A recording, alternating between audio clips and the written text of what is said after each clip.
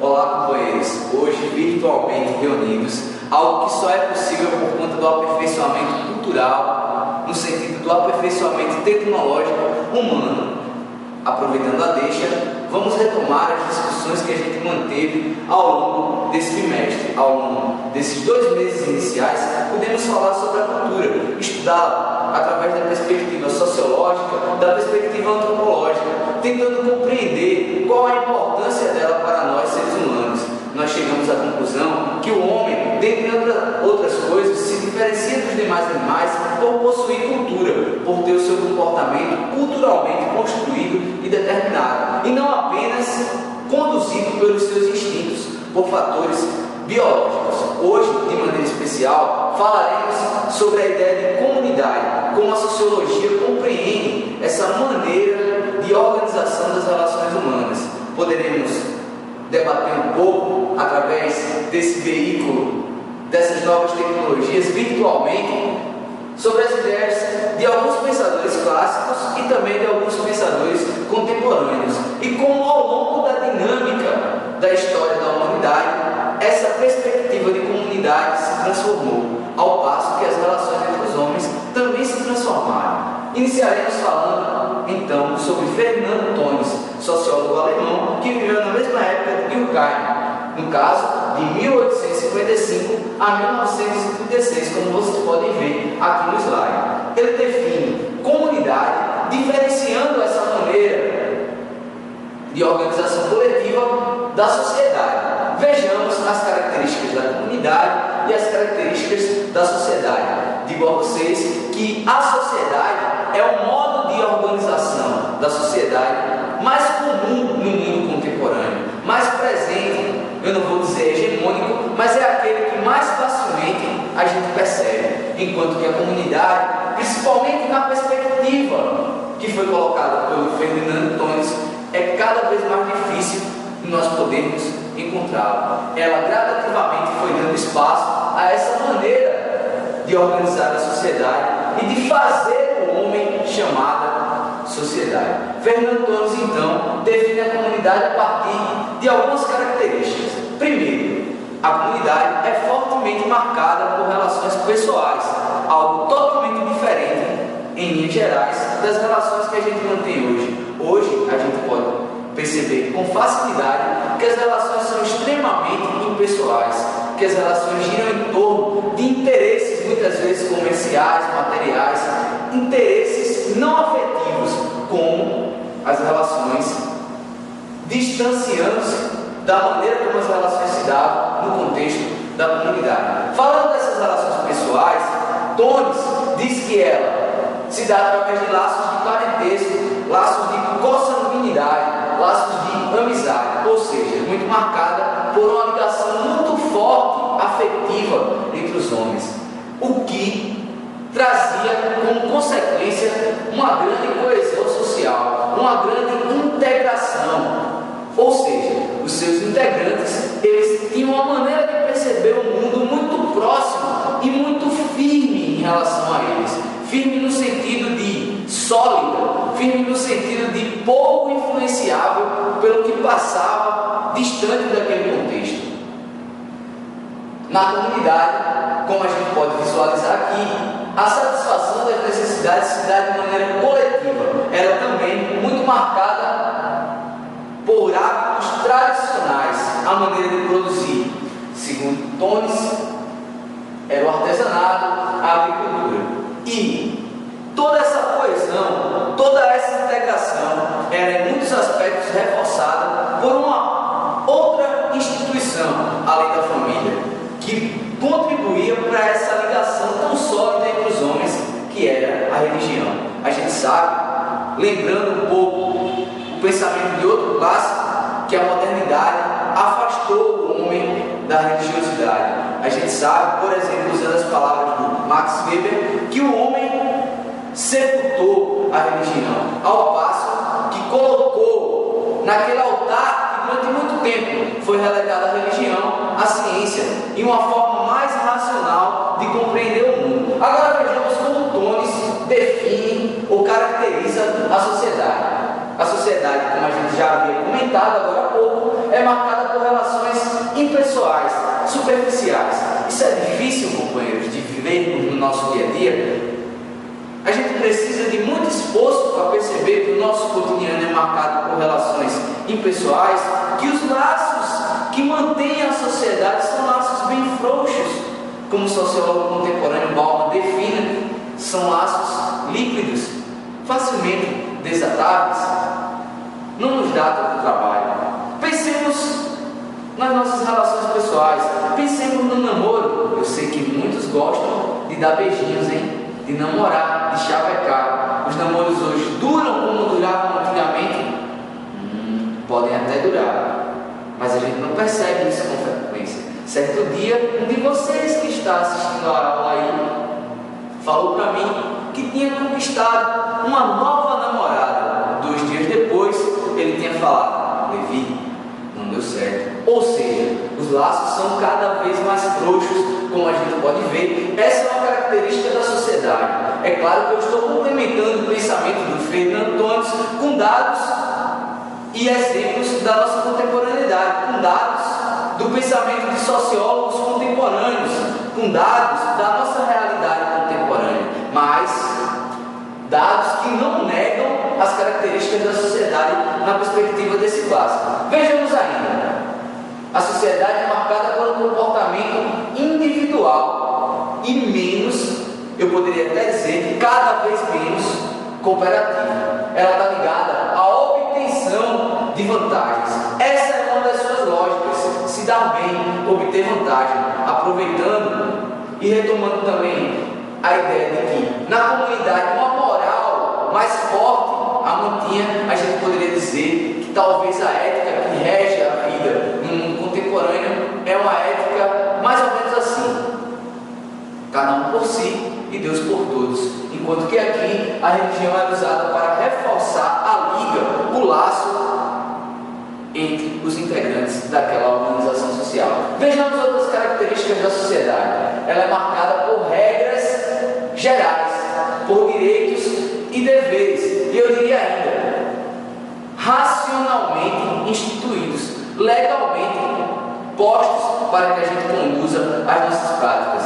Ela tem como característica e modo de produção, a indústria é fortemente marcada por relações comerciais. A gente tinha falado, uma ideia de obtenção de vantagem, gira em torno de interesses particulares, interesses individuais, interesses que muitas vezes fazem com que a gente se distancie, com que a gente promova competições, com que no nosso cotidiano, buscando a realização de nós mesmos, sem muito pensar no outro, a gente tem até práticas que descambam na violência. E além disso, ela é regida pelo conhecimento científico.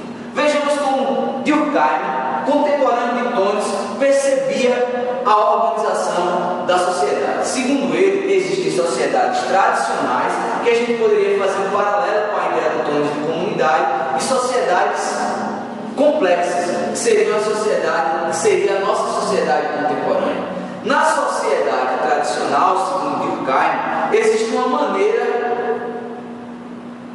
de laço entre os homens específica, que ele chama de solidariedade mecânica. Na sociedade contemporânea complexa, essa solidariedade viria a ser orgânica. Vejamos o que está posto aqui no nosso slide.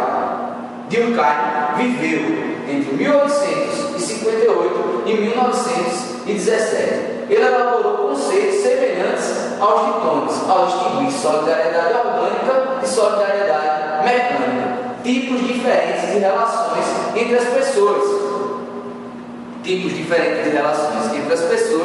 Determinados principalmente pela divisão do trabalho, enquanto que nas sociedades tradicionais, marcadas pela solidariedade mecânica, havia uma pequena diferenciação do trabalho. Nas sociedades complexas, na nossa sociedade, há uma gigantesca diferenciação do trabalho, das maneiras de produzir. Não sei se vocês lembram, no primeiro ano, nós debatendo sobre isso, chegamos à conclusão que o que mantém a sociedade coesa é a necessidade que a gente tem dessa grande diversidade de funções que são realizadas pelos homens, ao passo que eu sou professor, eu preciso de vocês que são alunos. A gente precisa, para estar aqui no colégio, da coordenação, do porteiro, do pessoal das TICs, a gente precisa do pessoal da cantina, da faxina, a gente precisa para se manter vivo numa sociedade complexa do médico, do engenheiro, do gari, a gente precisa do jardineiro, a gente precisa do arquiteto, do engenheiro. Há uma diversidade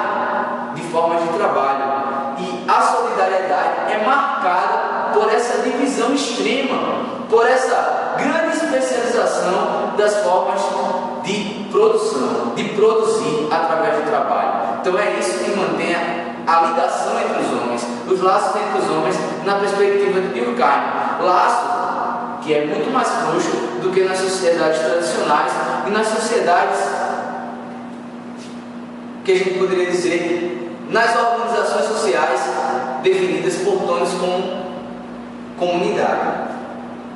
Mas, companheiros, é possível nós usarmos a ideia de comunidade na sociedade contemporânea, e a sociologia tem interpretado e observado que na sociedade contemporânea, apesar de fortemente marcada pelo individualismo, pela individualização, pela despreocupação de um homem, de um ser social com o outro, algo que é de certo modo contraditório, porque se nós somos animais sociais, isso quer dizer que nós precisamos do outro. Contraditório no sentido de, apesar de nós precisarmos, nós mantermos relações práticas cada vez mais extremadas do individualismo, não é verdade? A gente pode perceber que mesmo nessa sociedade, nessa configuração humana e social, existem maneiras de organizar as relações que se aproximam, é claro que numa perspectiva um pouco diferente da ideia de comunidade. Vejamos a comunidade como um círculo aconchegante. A comunidade contemporânea designa processos sociais coesos, relativamente isoladores, de franca solidariedade e integração. Comunidades se formam para fazer frente a um mundo que promove desigualdade e exclusão por um lado e massificação por outro. A gente poderia dizer que hoje o que permite a gente dizer que existem comunidades é o fato de que muitos seres humanos se organizam em coletividades bastante coesas, mas que giram em torno de interesses particulares. Imagine, meus companheiros, todos os dias nós estamos aqui presentes, eu, nesse caso, neste momento, virtualmente, nessa fantástica escola que é o Colégio Santa Úrsula. Estamos presentes, voltando os nossos esforços, dedicando as nossas energias em prol de um interesse que é comumente partilhado por todos que integram essa comunidade, partilhada. Ou seja, estamos aqui para aprender, estamos aqui para produzir conhecimento. Nessa perspectiva, poderíamos dizer que o Colégio Santa Úrsula é uma comunidade.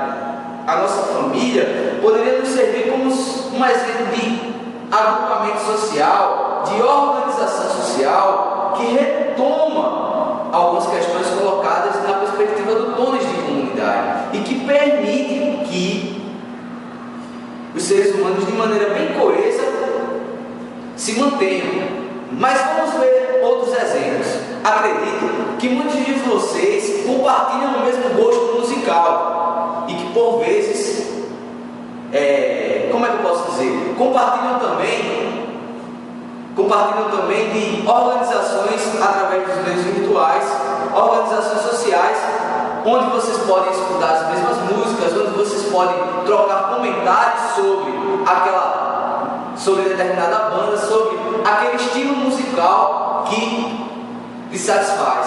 Isso, na perspectiva de ciclo aconchegante, seria uma comunidade, uma organização comunitária e que, de certo modo, faz frente a essa sociedade globalizada e que nos homogeneiza.